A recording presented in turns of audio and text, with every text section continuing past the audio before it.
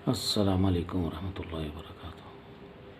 मुअज़्ज़ज़ नाज़रीन, जिस्म के अंदर कहीं भी अगर हमारे गिल्टी निकल आए तो ज़ाहिर वो परेशानी का सबब बनता है। और ज़्यादातर जो गिल्टी निकलती है ना, हमें वो इधर गले में, गर्दन के पीछे, कमर के पीछे और इसी तरह से यानी मुख्तलिफ़ हिस्सों में गिल्टी निकल आती है, जो कि बहुत ज़्यादा परेशानी का सबब बनती है। और यही डर लगा रहता है कि खुदा नास्ता कहीं कैंसर तो नहीं है या ये कैंसर ना बन जाए।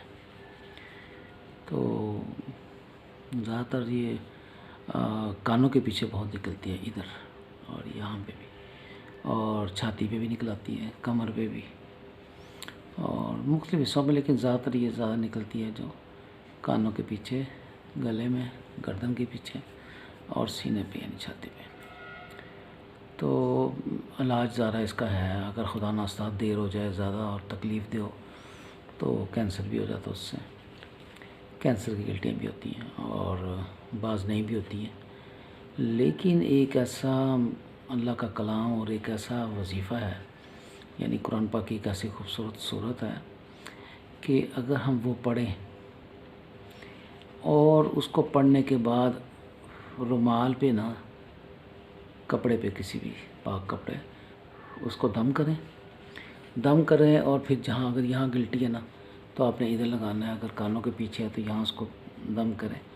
और ये अमल आपने दिन में कम से कम 5 दफ़ा करना है, मुख्तलिफ़ टाइम में। वो मैं आगे आपको लिखा हुआ भी दिखाता हूँ, साथ मज़ीद समझाता हूँ।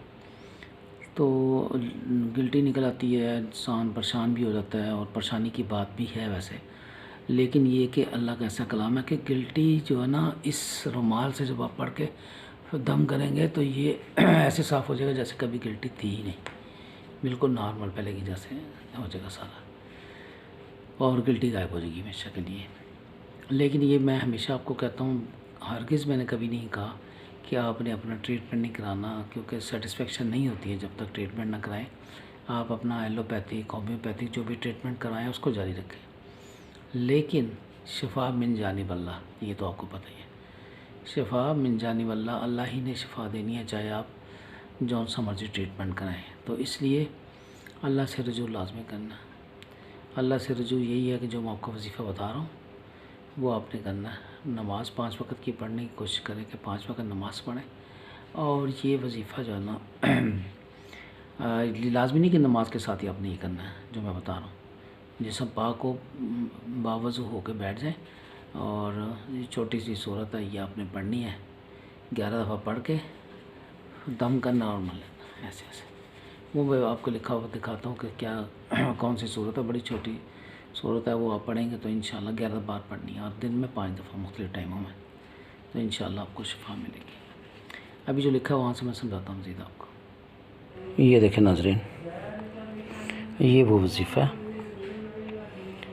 कि जिस्म के किसी भी हिस्से में गिल्टी निकल आए, ये दम करके और उसको कपड़े पे यानी दम करें, और वो कपड़ा जो है ना वो आपने फेरना है उन गिल्टियों के ऊपर, ठीक है ना। ये यानी निकल आती है कानों के पीछे भी, गर्दन के पीछे भी, गर्दन की साइड में, कमर में और अंडर द आर्म, जिसे बगल कहते हैं, बगल के नीचे, और चेस्ट में।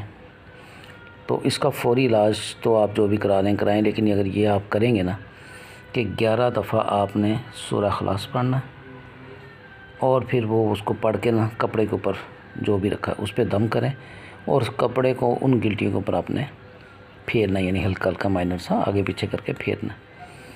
तो ये अमल आप करना और दिन में आपने ये अमल 5 दफ़ा करना है, ठीक है, यानी मुख्तलिफ़ औक़ात में।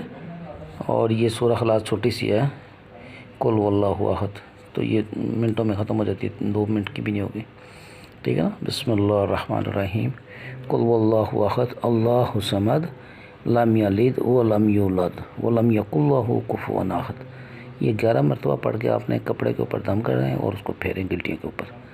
तो इंशाअल्लाह ताला ये अमल आपने दिल में 5 दफ़ा करना है, तो इंशाअल्लाह ये गिल्टी हमेशा के लिए ख़त्म हो जाएंगी। इसको ज़रूर करिएगा, ये बहुत मुजर्रब है, ठीक है इंशाअल्लाह। और अगर अभी तक आपने मेरे चैनल को सब्सक्राइब नहीं किया वो कर ले, बेल आइकन को प्रेस करें, इसको शेयर करें, और के बाद पूछनी है तो कमेंट्स में ज़रूर पूछें। अस्सलामु अलैकुम वरहमतुल्लाहि वबरकातुहू।